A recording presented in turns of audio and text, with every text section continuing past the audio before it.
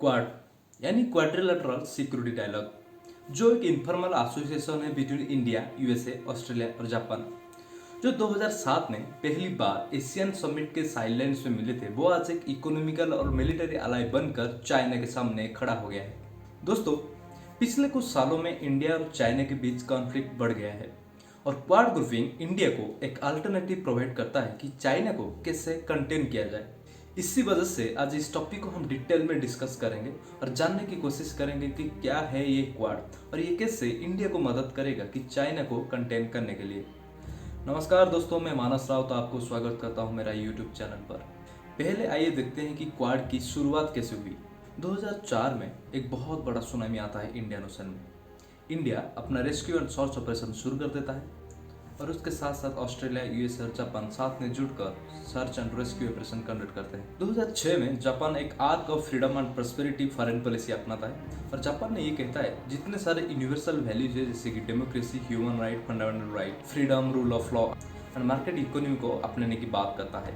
और जापान ये कहता है कि जापान की फॉरेन पॉलिसी बेसिकली यूरोपियन और एशियन कंटिनेंट में पीस एंड प्रॉस्पेरिटी एस्टैब्लिश करने की कोशिश करेगा। 2007 में एशियन समिट्स के साइडलाइंस में एक इनफॉर्मल मीटिंग होता है जिसमें इंडिया, ऑस्ट्रेलिया, यूएसए और जापान शामिल होते हैं और उस मीटिंग में बेसिकली चाइना की इकोनॉमिक मिलिट्री एग्रेसिवनेस को कंटेन करने के लिए डिस्कशन होता है। और ये 2008 तक आते आते ऑस्ट्रेलिया ने इसी आइडिया को सपोर्ट करना बंद कर दिया और ये बोला ये इसके इंटरेस्ट के खिलाफ है और इंडिया भी इसी आइडिया को डाउट करने लगा। इंडिया के सामने ये था कि अगर इंडिया डायरेक्टली चाइना के विरुद्ध जाएगा तो चाइना की रिएक्शन कैसे होगा और ये बात इंडिया की फॉरेन पॉलिसी को एम्बिग्यूटी में डाल सकता था। और उस टाइम के जो एक्सपर्ट्स थे उनका ये मानना था जो क्वाड है इतना अच्छा रिजल्ट नहीं दे पाएगा चाइना के खिलाफ, क्योंकि ऑलरेडी भारत का इन देशों के साथ ट्राइलेटरल डील हो गया था। लेकिन कहानी में एक ट्विस्ट आता है। 2017 में इंडियन आर्मी और चाइना की पीएलए आर्मी के बीच एक स्टैंड अप हो जाता है डोकलाम में। ये स्टैंड अप तकरीबन 2 महीने तक चलता है और उसके चलते इंडिया की पावर कॉरिडोर में क्वाड एक अल्टरनेट रूप में दिखाई दिया, जो न कि सिर्फ चाइना की सिक्योरिटी थ्रेट को कंटेन करेगा बल्कि ये इंडिया को मदद करेगा एक रूल्स बेस्ड वर्ल्ड ऑर्डर बनाने के लिए। वैसे तो क्वाड का जो ऑब्जेक्टिव है वो freedom of navigation, liberal trading system, rules based world order बनाने के लिए, लेकिन असल में ये ग्रुप चाइना के खिलाफ एक कोल्ड वॉर छेड़ चुके हैं। दोस्तों, 2017 से 2021 तक बहुत सारे फोरम में different meetings, semi regular summits के बाद आज quad group of formalise बनकर चाइना को टक्कर दे रहा है। दोस्तों, आइए देखते हैं कि इंडिया के लिए क्वाड कितना इंपॉर्टेंट है। दोस्तों, चाणक्य कहते थे your neighbour is your fast enemy and Atal ji कहते थे you can change your friends not neighbours. आज के टाइम में हम सबको पता है अगर भारत को हर फ्रंट में कोई चैलेंज दे रहा है वो है चाइना, और क्वाड कंट्री का इकट्ठा होना इंडियन सिक्योरिटी ऑब्जेक्टिव को मीट करेगा। अगर बॉर्डर में टेंशन बढ़ जाती है, इंडिया क्वाड की सपोर्ट ले सकता है और इंडिया ने चाइना की belt and road initiative project को टक्कर देने के लिए इंडिया दूसरे क्वाड कंट्री के साथ डिस्कशन कर रहा है। मतलब इंडिया चाइना का इकोनॉमिकली और मिलिटरीली एग्रेसिवनेस को कंटेन करने के लिए क्वाड का मदद ले सकता है। क्वाड इंडो पैसिफिक रीजन में इंडिया को एक प्लेटफॉर्म देगा अपना आर्क ईस्ट पॉलिसी को और भी स्ट्रेंथन करने के लिए, और उसके साथ साथ इंडो पैसिफिक रीजन में Asia Africa growth corridor, Indian ocean commission जैसे फोरम में इंडिया को मदद करेगा एक peaceful, rules based and inclusive Indo Pacific region बनाने के लिए।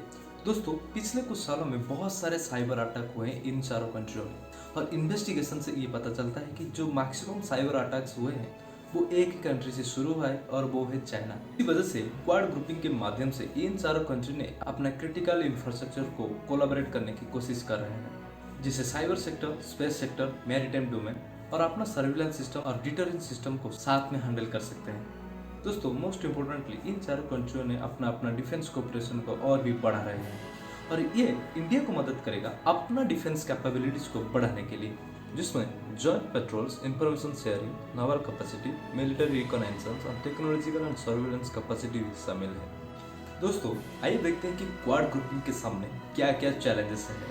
दोस्तों, भारत का इसी तरह यूएसए लेड क्वाड ग्रुप के साथ पूरी तरह चले जाना शायद सही नहीं होगा और इंडिया का दूसरे कंट्री के साथ जो रिलेशन है जैसे कि रशिया एंड चाइना वो पूरी तरीके से खराब हो सकता है। जैसे भारत अगर यूएसए के साथ जाता है तो हमको ये मानना होगा भारत चाइना के खिलाफ है और रशिया के साथ जो हमारा फ्रेंडशिप रिलेशन है वो खतरे में आ सकता है। मतलब भारत अगर क्वाड आइडिया के साथ आगे बढ़ता है तो दूसरे जो भारत का मल्टीलैटरल एंगेजमेंट है दूसरे कंट्री के साथ, जैसे ब्रिक्स, जिसमें Brazil, Russia, India, China, south Africa country शामिल है, और एससीओ, शांघाई कोऑपरेशन ऑर्गेनाइजेशन, जो एक Eurasian political, economic and security alliance है।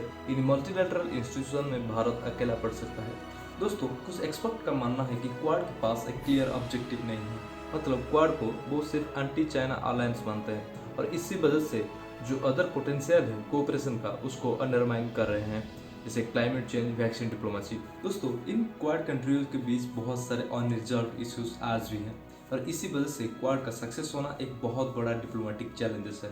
जिससे भारत का यूएसए कोविड वैक्सीन को इंडेमनिटी स्टेटस नहीं देता है और डब्ल्यूटीओ में भारत का प्रपोजल, जिसमें भारत ने कहा है कि भारत जैसे डेवलपिंग कंट्री को पेटेंट वेवर चाहिए Covid related medicine including vaccine, जिसको आज भी यूएसए के द्वारा ब्लॉक किया गया है।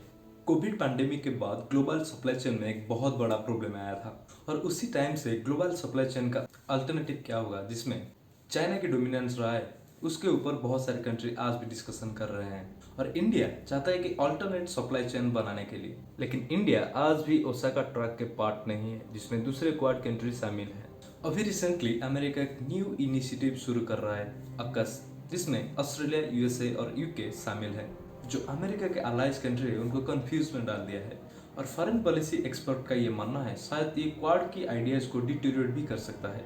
दोस्तों, क्वाड ग्रुप में जितने सारे कंट्री हैं हर किसी का नेशनल इंटरेस्ट अलग अलग है और इसी वजह से ये कहना मुश्किल है कैसे आने वाले समय में क्वाड ग्रुप अपना अपना एजेंडा चलाएंगे और कैसे हर कंट्री का स्ट्रैटेजिक डिसीजन उसके दूसरे अलाई कंट्री के साथ कॉन्फ्लिक्ट में ना आए। दोस्तों, भारत के लिए चाइना का मिलिट्री एडवेंचरिज्म को कंटेन करना प्राइमरी फोकस है, लेकिन उसी टाइम यूएसए के लिए चाइना के बीआरआई जैसे इनिशिएटिव को टक्कर देना प्राइमरी फोकस है। दोस्तों, इसमें से ये पता चलता है कि हर कंट्री अपना अपना फील्डिंग सजा कर बॉलिंग कर रहे हैं और ये एक्सपेक्ट कर रहे हैं दूसरे कंट्री से कि उसी तरह बैटिंग भी करे। मतलब यूएसए ये मानता है अगर एशिया कंटिनेंट में चाइना को कोई टक्कर दे सकता है वो है इंडिया, और इंडिया को यूएसए हमेशा ये कहता आया हुआ है कि इंडिया को अपने रीजन में एक responsible and important stakeholder बनकर एक्ट करना चाहिए, जो इंडिया कर भी रहा है। और उसी फॉरेन पॉलिसी की वजह से आज भारत और चाइना के बीच मिलिट्री कन्फ्रंटेशन भी हो सकता है। मेरा ये मानना है अगर चाइना अमेरिका की एनिमी है तो आज अमेरिका का इन्वेस्टमेंट चाइना में दिन पे दिन ना बढ़ता। जो 2020 के डाटा के हिसाब से एक साल में तकरीबन $123 बिलियन इन्वेस्टमेंट हुआ है सिर्फ 2020 में, और ये डाटा और ये इंडिया में सिर्फ $42 बिलियन इन्वेस्टमेंट हुआ है सिर्फ 2020 में। हालांकि यूएसए का इन्वेस्टमेंट इंडिया में बढ़ रहा है, ये भी सच है कि चाइना में इन्वेस्टमेंट यूएसए का कम भी नहीं हो रहा है। दोस्तों, मैं ये कहना चाहता हूँ कि हर कंट्री अपना अपना इंटरेस्ट देख रहा है और इंडिया इसी बात को अच्छे से समझता है और इंडिया को अपने ही सेल्फ इंटरेस्ट में काम करना चाहिए। तो इंडिया को ये माइंड में रखना होगा कि कैसे इंडिया अपना नेशनल इंटरेस्ट को अचीव करे और इंडिया दूसरे कंट्री के साथ हुई में ना आकर एक ऐसा डिसीजन ले ले जो भारत और चाइना के बीच लंबा टर्म में कॉन्फ्लिक्ट बढ़ा सकता है। आइए देखते हैं कि क्वाड को एक सक्सेस ग्रुप कैसे बना सकते हैं। अगर इन क्वाड कंट्रियों का टोटल जीडीपी $30 ट्रिलियन होगा और डिफेंस बजट $800 बिलियन होगा तो इजीली क्वाड कंट्री चाइना को बीट कर सकता है। क्वाड कंट्री को इंडो पैसिफिक रीजन के लिए एक क्लियर विजन रखना होगा और इंडियन ओशन रीजन में जितने सारे लिटरल कंट्रीज है उनमें कॉन्फिडेंस लाना होगा कि कैसे क्वाड कंट्री उन देशों को मदद करेगा और आने वाले समय में दूसरे जो लाइक माइंडेड कंट्रीज है उनको भी क्वाड में शामिल किया जा सकता है। दोस्तों, आप क्वाड ग्रुप के ऊपर ये वीडियो कैसा लगा आप कमेंट सेक्शन में जरूर बताएं। अगर आप मेरे चैनल में नए हैं तो चैनल को सब्सक्राइब कीजिए और वीडियो अच्छा लगे तो लाइक और शेयर भी कर देना। मिलते हैं अगले वीडियो में। जय हिंद।